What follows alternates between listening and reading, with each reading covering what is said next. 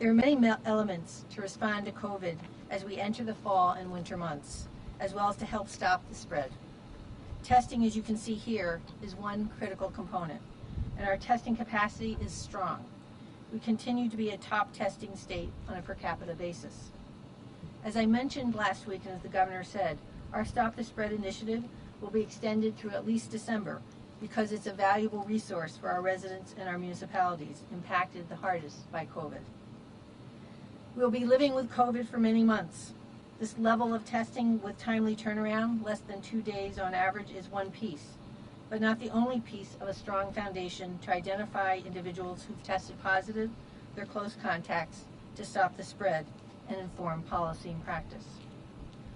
As you heard, the testing site here in Revere is an example of tremendous collaboration, starting first and foremost with the City of Revere, with Project Beacon, the gentlemen sort of raised their hands, the Broad Institute, and Physician One Urgent Care, and some staff from the command center. Project Beacon developed the technology to ensure that the testing experience is user-friendly and convenient. You register online, you book an appointment, and receive your results all on one platform.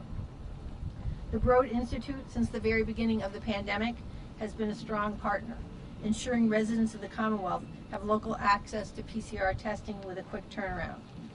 As you heard, once operating at full capacity, this site will have the ability to test 1,000 people a day, and there will be no wait because they will have confirmed appointments.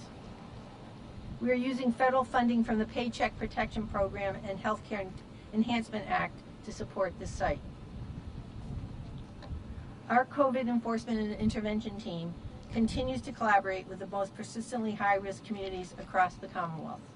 Every week, the mayor and his key staff and mine get together to talk about numbers, trends, issues, areas of further collaboration. From Springfield to Revere, our teams are working together to stop the spread. The work includes enhanced enforcement activity and increased public messaging to help raise awareness. Recently, the collaboration discovered and disrupted a planned large party scheduled for October 10th in Revere. Previously, other impromptu parties in isolated areas very early in the morning, including vacant lots, have been held with hundreds of young people, not wearing masks and not social distancing in the late hours. Very much the type of super spreading event that is not only prohibited, but potentially dangerous. A similar event in Everett had occurred in September, attracted more than 300 people. Again, no masks, no distancing. Typically, these are held on private property, away from all of our eyes, without the owner's permission. The party plan for Revere was promoted through social media and was brought to our attention through the Revere City municipal leaders.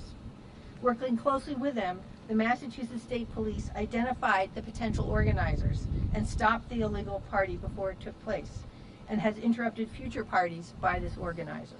That's just one example of working together so closely between the state and local municipalities. While this is a high-profile and very impactful example, our ABCC and DPL teams have inspected now more than 5,000 businesses. These are critical to ensure compliance with masking up, social distancing, and monitoring gathering sizes. Like so many other high-risk communities, Revere has been a strong collaborator and partner.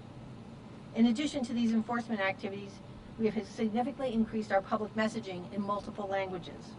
Working with MEMA, we sent the wireless emergency alert the governor mentioned last night, sort of a jolt, if you would, to our communities. In Revere, just last weekend, our field teams, along with the municipality, distributed 850 masks and approximately 1,500 flyers in Spanish and Portuguese. An example of this collaboration, Revere has hired community ambassadors to work hand in hand with us, growing the size and impact of the teams. Combined in our highest risk communities, our field program, our Boots on the Ground, has handed out more than 175,000 flyers in multiple languages, 82,000 masks, 16,000 bottles of hand sanitizer, nearly 200 large sanitizer stands at businesses, and talked to hundreds of thousands of residents about taking precautions to stop the spread. We're engaging with Worcester State University's COVID-19 education program. which was organized by the Latino Education Institute and in partnership with the UMass Memorial Medical Center's COVID Equity Group. The teams have been very active in Worcester since July and have proven to be an excellent resource for residents and students.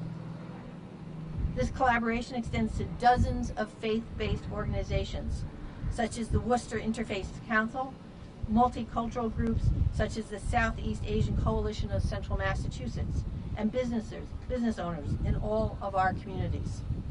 Worcester health officials believe that the uptick in testing in certain neighborhoods is directly related to our on-the-ground CEIT field teams. In Springfield, where we've just started our outreach, we're meeting with the neighborhood councils to discuss how best to enhance public messaging and get people tested. But today in Revere, I want to thank Mayor Rigo and his team for the extraordinary partnership in developing this testing site that is valuable not only to residents of Revere, but residents in surrounding communities and to the Commonwealth. And to all of us, we need to stay strong and stay vigilant.